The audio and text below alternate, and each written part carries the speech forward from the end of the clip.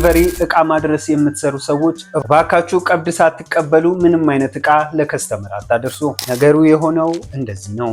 ባለቤቴ ወልዳ ጠቢብ ሆስፒታል ነው የምገኘው። በዚህ ሰዓት የዳይፐር ልብስና እንዲሁም አንዳንድ እቃዎችን እንድትልኪልኝ እፈልጋለሁ አለኝ። እኔም በጠዋት ተቻኩዬ ወደ ሱቅ ከገባው በኋላ የሚያስፈልገውን ነገር መራርጬ ፎቶ አንስቼ ላኩለት። እሱም በላኩለት ነገሮች እንደተደሰተና ገንዘቡን እንደሚያስገባልኝ ነገረኝ። እኔም እሺ ብዬ እቃዎቹን በፍጥነት ፓክድ አድርጌ በሞተረኛ ላኩለት። እሱ ጉድ የሰራኝ እዚህ ጋር ነው። እኔ ሚስቴ ወልዳ በችኮላ ላይ ነኝ ስላለ የወለደ ነውና የሚያውቀው በሰዓቱ ቀብድም አልተቀበልኩትም። እሱ ግን ሞተረኛው ጋር ሲደርስ ጋር እንደደወለ አስመስሎ ይሄው የላክሽልኝ ልጅ ደርሷል፣ ገንዘቡንም ማስገብቼልሻለሁ፣ በጣም አመሰግናለሁ ብሎ ልጁ ፊት ስልኩን ዘጋው።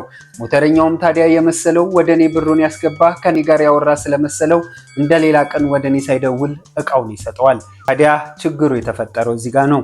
ሞተረኛው ወደኔ ከመጣ በኋላ ገንዘብ ሰጠው ሆይ ስለው እንዳልሰጠው፣ አንቺ ጋር ደውሎ ላንቺ እንዳስገባኮ ደጋግሞ ሲነግረኝ ነበር፣ አንቺ ጋርስ ደውሎ ሲያወራሽ አልነበር ወይ አለኝ። በሚያሳዝን ሁኔታ ሁለታችንንም ሸውዶናል። ታዲያ ይህ ባለሞተረኛም በተደጋጋሚ እየደወለ ባክህን ብሩን ላክልኝ እኔን ነው የምታስጠይቀኝ ሲለው እስከ ቀኑ 11 ሰዓት ድረስ እልካለሁ፣ አቀብላችኋለሁ፣ ባንክ ቤት ነኝ፣ በዚህ ወጥቶ በዚህ ገብቶ እያለ የውሃ ሽታ ሆኖ ቀረ። የወለደ ያውቀዋልና በህፃን ልጅ ስም አታሉኝ ከሱቄ ብሬን ዘረፈኝ ትላለች ባለ ታሪካችን።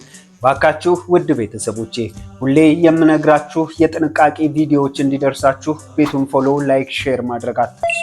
ከእንደዚህ አይነት ታሪክ ራሳችሁን ጠብቁ። ሰናይ ሳምንት።